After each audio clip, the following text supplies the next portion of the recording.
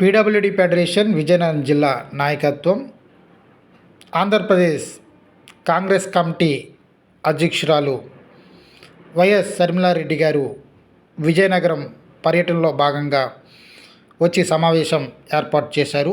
ఈ సమావేశంలో విజయనగరం జిల్లా కమిటీ వారు ఆమెను కలిసి దివ్యాంగుల డిమాండ్లతో కూడిన వినతిపత్రాన్ని ఆమెకు ఇవ్వడం జరిగింది. ఆమె సానుకూలంగా స్పందించి మీ యొక్క డిమాండ్లన్నింటినీ కూడా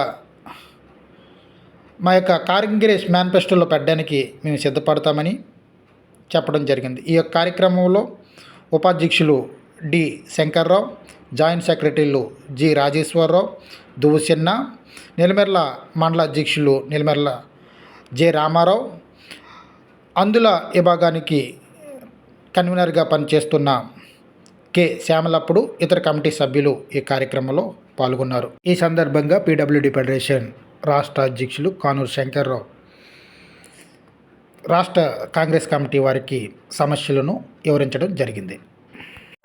రెండు విషయాల్లో కేంద్ర ప్రభుత్వం కరోనా తర్వాత చాలా భయంకరమైన ఒక జీవోలను తీసుకుని వచ్చింది. ఆ జీవోలు ఏంటంటే, ఉపాధి హామీ పథకంలో కాంగ్రెస్ ప్రభుత్వం నియమించిన నిబంధనలకు అనుగుణంగా 30% వికలాంగులకు ఎక్స్ట్రా కూలిచ్చి పనిని కల్పించింది.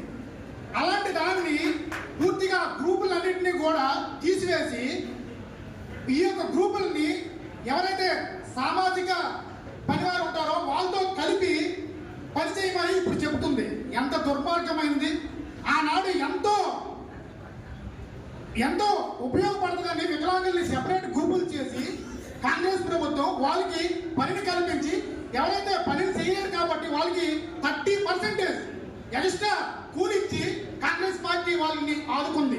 అలాంటి ఒక గొప్ప పథకంలో వీరి యొక్క ఇన్వాల్వ్మెంట్ లేకుండా పూర్తిగా నిర్వీర్యం చేసేసి వికలాంగులు పనికి వెళ్ళాలంటే భయపడే పరిస్థితిని బీజేపీ పార్టీ ఇప్పుడు తీసుకుని వచ్చింది. అట్లాగే అక్క షర్మిలక్క నాయకత్వంలో వైఎస్ఆర్సీపీ కోసము మా వికలాంగుల సైన్యం పనిచేసింది. రాష్ట్రంలో వికలాంగుల సైన్యం పనిచేసి వైసీపీ ప్రభుత్వాన్ని ఈ యొక్క అధికారంలోకి రప్పించడానికి షర్మిలక్కతో మేము నడిసాం ఆ రోజు. కాబట్టి ఆమె నడిచిన నడకతో మీ మాభావం కూడా ఉంది. అలాంటి వారమైన మమ్మల్ని 80% పైబడిన వికలాంగులకు ఎవరికి కూడా ఈనాటి దినం వరకు జగన్మోహన్ రెడ్డి గారు న్యాయం చేయలేదు. ఎందుకంటే వారికి పెన్షన్ పెంచాలనే ఉద్దేశం కూడా ఆయనకి లేదు. అయితే మొన్న తెలంగాణ గవర్నమెంట్ లో లాస్ట్ టైం తీసుకున్న ఒక నిర్ణయం ఆ యొక్క రాష్ట్రానికి అధికారంలో తెచ్చే దిశగా నడిపించగలిగింది. అదే వికలాంగులకి 6,000 పెన్షన్ స్కీము, అట్లాగే వికలాంగులకి ఉచిత బస్ సౌకర్యాలు, అట్లాగే వికలాంగులకి వికలాంగుల చట్టం 2016ని పటిష్టంగా ఇంప్లిమెంట్ చేస్తామని ఒక 4 డిమాండ్లు పట్టడంతో వికలాంగుల సైన్యం అక్కడ పనిచేసి సంకల్ప రథాన్ని పూరించి విజయశాంతి గారు దాన్ని ఓపెన్ చేసి నడిపించడం జరిగింది.